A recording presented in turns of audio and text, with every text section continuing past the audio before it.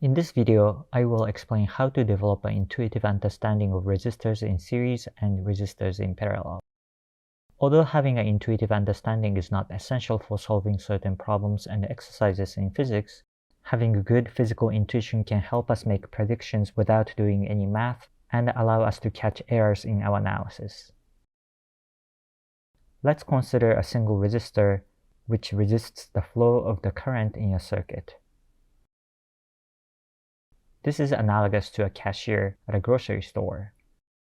Because shoppers must go through a cashier before they can come out of the store, the cashier is what restricts the flow of the customers out of the store, much like how a resistor restricts the flow of the current.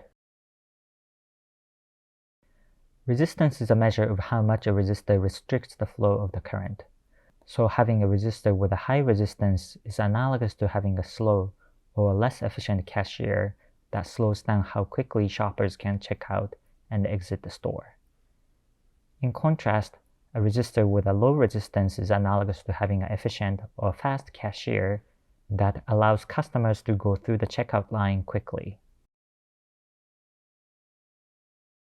Suppose two resistors are connected in series. Then their equivalent resistance, or Req, is just the sum of R1 and R2, which means Req is always larger than R1 or R2.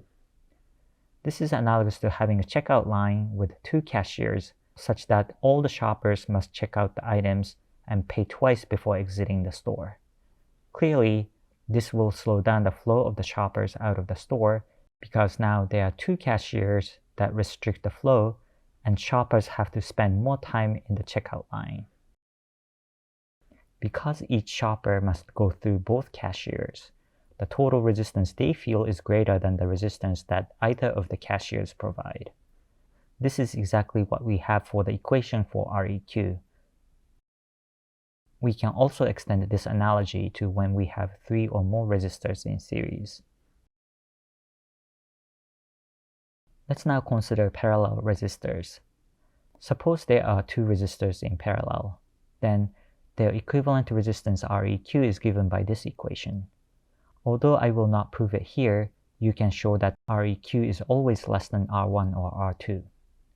This situation is analogous to having two checkout lines, each with one cashier. Each shopper needs to go through just one of the cashiers before exiting the store.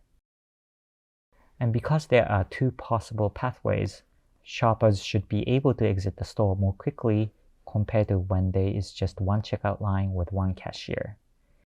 Regardless of how efficient the two cashiers are, having two of them in parallel should make it easier for the customers to check out the items and exit the store.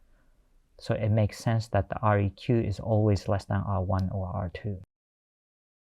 We can extend this analogy to when we have three or more resistors in parallel. Let's see how we can apply the cashier analogy to make predictions about circuits. We will consider the following network of resistors.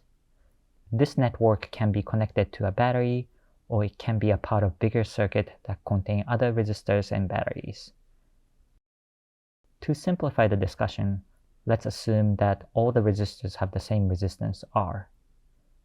Suppose we want to find the relative amount of current in the resistors.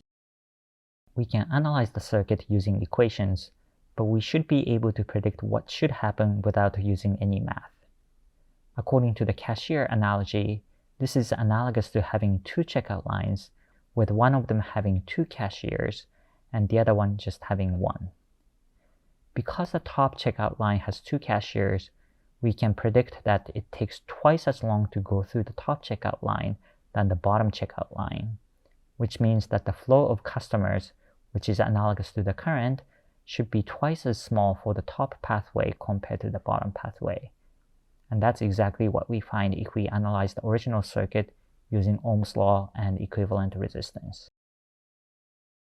Although I am not going to provide more examples, we can use this analogy to make predictions about more complicated circuits without using any equations.